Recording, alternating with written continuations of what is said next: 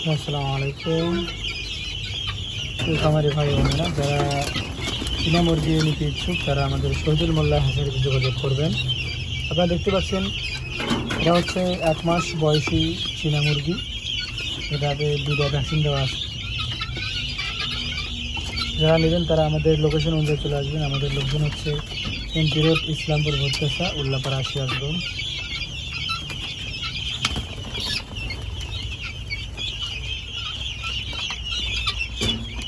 এখানে মোট 200 পিস আছে, আর সবগুলো বিক্রি করে দিয়েছি। অনেক 500 পিস মোট ছিল, এখন 200 পিস আছে এখানে।